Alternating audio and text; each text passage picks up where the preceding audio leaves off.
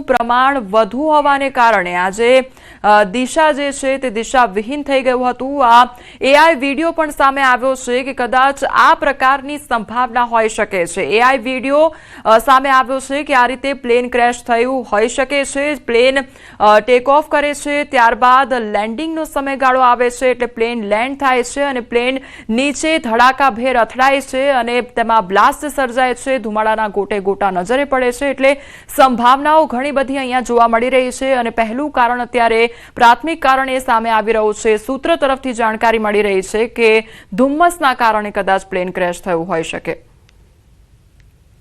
नवीन जी बताइए कि कैसे आपको मतलब जैसे ही जानकारी मिली, खबर मिली कि क्या आप लोगों के मन में था, तमाम जो कार्यकर्ताओं के? नहीं, एक्चुअली इसमें आपकी भी भागीदारी है। जैसे ही सूचना मिली तो एक सदमा सा लगा, इसमें दो मत नहीं है। आज से 10-15 दिन पहले हम लोग बॉम्बे में ही थे, पूना में थे, चुनाव प्रक्रिया चल रहा था और अभी जिला परिषद का चुनाव होना था। इसके कारण हमारे नेता अजीत दादा पवार साहब बारामती गए हुए थे और प्लेन क्रैश में सूचना मिली कि वो 6 के 6 लोग जो प्लेन में थे गुजर गए। ये बहुत दुखद है, लेकिन प्रकृति को जो नियम है वो तो चलेगा ही। लेकिन खैर कोई बात नहीं है, अजीत दादा के बताए हुए रास्ते पर हम लोग चलेंगे ही। और सबसे बड़ी बात है कि इतने बिजी हो चुके थे, इतना रफ्तार से वो प्रचार प्रसार में लगे हुए। आपको मैं थोड़ा सा नवीन जी बताइए, एक सेकंड रवि रोकियो, एक सेकंड रोकियो। मैं जानती हूँ बहुत इमोशनल हो रहे हैं। प्रियंका गांधी इस मसले पर कुछ कह रही है, सुन लेते हैं। लेकिन ओके, ऑल राइट, पहले आपकी बात कंप्लीट कर लेते हैं। तो आप ताज्जुब है, बिना हमको अपने साथ टेबल पर खाना खिलाए हुए लाने नहीं देते थे और मास में वो टॉक नहीं करते थे। अलग से हमसे बातें उनसे होती थी, पॉलिटिकल बातें होती थी। तो जुड़ा तो था ही और एक बहुत बड़े लीडर थे और एक उभरता हुआ लीडर थे। हिंदुस्तान के पैमाने पर आप देखेंगे मास लीडर अब 1-2 बचे हैं, जिसमें से अजीत पवार साहब बड़ी तेजी से उभर चुके थे। तो अब तो देखना है कि यह हादसा है कि कुछ और है, इस पर भी हम लोग गौर करेंगे। क्या मतलब कुछ शक आपको इस बात को लेकर? सरकार से तो मांग करेंगे कि सीबीआई जांच हो इसकी। बात क्या है वो तो स्पष्ट होनी चाहिए ना। सिर्फ यह कह देना कि ये हादसा हुआ और उसमें हमारे नेता की जान चली गई, इतना भर से काम नहीं चलेगा ना। चूंकि पॉलिटिकल आदमी है और ताकतवर आदमी है, पूरा हिंदुस्तान की राजनीति धीरे धीरे उनकी तरफ मुड़ने लगी थी, तो एक आशा लोगों में जगी कि एक बड़ा सा चेहरा उभर कर आ रहा है। तो हम मांग करेंगे कि सीबीआई इंक्वायरी इसका हो। अच्छा, हाँ, जरूरी है। तो विमान दुर्घटनाમાં નાયબ મુખ્યમંત્રી મહારાષ્ટ્રના અજીત પવારનું નિધન નિપજ્યું અને ત્યારબાદ એક બાદ એક નિવેદનો સામે આવી રહ્યા છે, શોક વ્યક્ત કરવામાં આવી રહ્યો છે। ત્યારે પ્રિયંકા ગાંધી દ્વારા પણ શોક વ્યક્ત કરવામાં આવ્યો છે, શ્રદ્ધાંજલિ પાઠવવામાં આવી છે। समाचार समस्त पवार परिवार और जितने भी समर्थक हैं उनको बाईतर से संवेदना और शोक मैंने बात की सुप्रिया जी से भी और उनकी मैसेज से। अजीत पवार जी महाराष्ट्र के डिप्टी सीएम थे और उन्होंने बहुत सालों से महाराष्ट्र के राजकारण में अपना। तो ये वाकई बहुत दुख की बात है हम सबके लिए कि हमने एक अच्छा नेता खो दिया है। सर, आपको लगता है कि जांच भी होनी चाहिए क्योंकि इतना बड़ा हादसा इतने बड़े लीडर के साथ हो गया अचानक? इट डिपेंड्स ऑन किस तरह से वो दुर्घटना हुई है। कई बार होता है कि अपने आप कोई चीज़ हो जाती है, लेकिन अब अगर हवा में उड़ते उड़ते कुछ हुआ होगा तो फिर ये भी है कि उसकी जांच भी होनी चाहिए। अगर इस तरह इट डिपेंड्स ऑन सर्कमस्टांसेस जिसमें ये हुआ है बेसिकली, तो वो अधिकारियों का मत होता है कि उसकी जांच होनी चाहिए या नहीं होनी चाहिए बेसिकली। तो महाराष्ट्રના ડેપ્યુટી સીએમ અજીત પવારનું નિધન નિપજ્યું ત્યારબાદથી અલગ અલગ નિવેદનો સામે આવી રહ્યા છે। રાજકીય પાર્ટીના નેતાઓના નિવેદનો સામે આવી રહ્યા છે, દુઃખ વ્યક્ત કરવામાં આવી રહ્યું છે, સાથે તપાસની માંગ પણ કરી રહ્યા છે। आज दुःखद निधन झालं, मनाला अतिशय धक्का देणारी घटना आहे।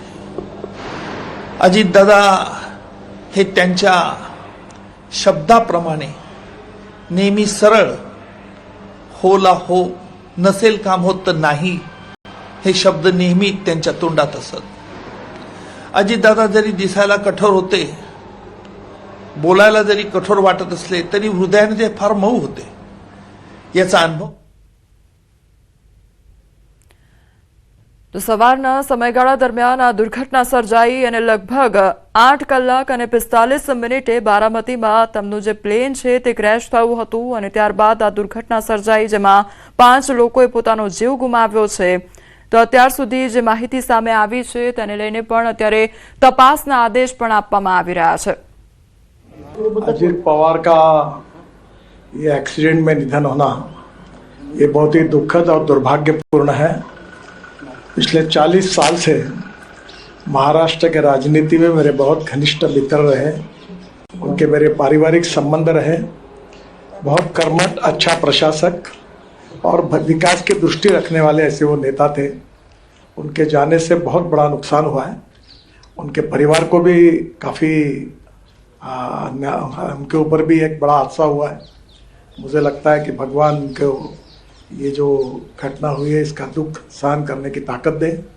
मैं व्यक्तिगत रूप से और पार्टी के तरफ से महाराष्ट्र के इस पुराने सहयोगियों को मैं श्रद्धांजलि अर्पित करता हूँ। भगवान उनके आत्मा को शांति दे, यही ईश्वर चरणों में प्रार्थना करता हूँ। તો સવારના સમયગાળા દરમિયાન આ દુર્ઘટના સર્જાઈ અને તે દરમિયાન અજીત પવાર જે છે તે મહારાષ્ટ્ર પંચાયત ચૂંટણી માટે બારામતીમાં 4 સભાઓને સંબોધિત કરવા માટે જઈ રહ્યા હતા અને તે દરમિયાન તે પહેલા જ આ પ્રકારની દુર્ઘટના સર્જાઈ અને મહારાષ્ટ્રમાં શોકનું મોજું ફરી વળ્યું છે। અત્યાર સુધીની જો વાત કરવામાં આવે તો ત્યાં આગળ જે સ્થાનિકો પણ હાજર હતા તેમના દ્વારા પણ વાતચીત કરવામાં આવી છે કે આખરે તેમના દ્વારા શું જોવામાં આવ્યું અને કયા પ્રકારની આખી ઘટના સર્જાઈ હતી। તમામ જે ત્યાં આગળ સ્થાનિકો છે તેમના દ્વારા આખી ઘટના જોવામાં આવી હતી। જે પ્લેન જે છે તે ક્રેશ થયું તે પહેલા જ્યારે લેન્ડિંગના સમયગાળા દરમિયાન નીચે આવી રહ્યું હતું ત્યારે તે ટ્રેક પરથી ક્યાંક દિશાવિહીન થયું હોય તે પ્રકારની ઘટના સૌ કોઈએ જોઈ હતી અને ત્યારબાદ વિમાનમાં ધડાકો થયો અને વિમાન જે છે તે ક્રેશ થયું હતું। નીચે પટકાતા જ વિમાનમાં ધડાકો થયો હતો અને ત્યારબાદ ધુમાડાના ગોટે ગોટા નજરે પડ્યા હતા અને આગ એટલી પ્રચંડ હતી કે કોઈ કંઈ કરી શકે તે પહેલા જ આખું જે વિમાન છે તે ભડકે બળી ઉઠ્યું હતું અને અજીત પવાર આ વિમાનમાં સવાર હતા અને ખૂબ જ દુઃખદ આ ઘટના। ત્યાંના જે સ્થાનિકો છે તે પણ મદદે દોડી આવ્યા હતા, રેસ્ક્યુ ટીમો પણ આવી પહોંચી હતી, પરંતુ બધું જ તહેસ નહેસ થઈ ગયું હતું। જે પ્રકારે આ દ્રશ્યો સામે આવી રહ્યા છે, જે કાટમાળ જોવા મળી રહ્યો છે તે પણ ખૂબ જ ભયાવહ છે, કારણ કે એ પ્લેનનું કશું જ બાકી ન રહ્યું હોય તે પ્રકારના દ્રશ્યો જોવા મળી રહ્યા છે। તેમાં સવાર લોકોના પણ મોત નિપજ્યા છે અને અજીત પવારના મોતથી આખા મહારાષ્ટ્રમાં શોકનું મોજું ફરી વળ્યું છે। એક બાદ એક તમામ જે રાજકીય નેતાઓ છે તેમના નિવેદનો પણ સામે આવી રહ્યા છે। તેઓ શ્રદ્ધાંજલિ પાઠવે। बोलण्याची सवय होती आणि परखड स्पष्ट वक्तेपणा, निर्भीड, रोखटोक बोलणारे असले तरी सुद्धा त्याला चूक म्हणणारे असले तरी सुद्धा अतिशय मनाने ते निर्मळ होते। याचा अनुभव मी स्वतः घेतलेला आहे। त्यांच्यासोबत मी मंत्रिमंडळात देखील काम केलं। मी मुख्यमंत्री असताना त्यांनी उपमुख्यमंत्री म्हणून देखील काम केलं आणि जेव्हा मुख्यमंत्री मी असताना मुख्यमंत्री माझी लाडकी बहीण योजना किंबहुना इतरही योजना जेव्हा आम्ही सुरू केल्या तेव्हा आर्थिक जे काही घडी आहे किंवा आर्थिक तरतूद जी आहे ती अतिशय उत्कृष्टपणे, उत्तमपणे त्यांनी त्यावेळेस केली आणि याचा अनुभव मला आहे। आणि एकदा करायचं ठरवलं की ते अजितदादा करायचेच। करतो, बघतो, पाहतो असे शब्द त्यांच्या डिक्शनरीत नव्हते। व्हायचं असेल ते तात्काळ करायचे, नसेल त्याला नाही म्हणायचे। असा स्पष्ट वक्तेपणा या महाराष्ट्राने पाहिलेला आहे।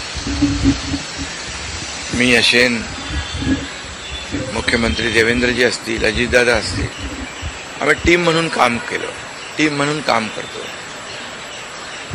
आमच्या वेळाही कामाच्या वेगवेगळ्या, आम्ही पहाटे उशिरापर्यंत काम करतो, अजितदादा पहाटे लवकर काम सुरू करतात।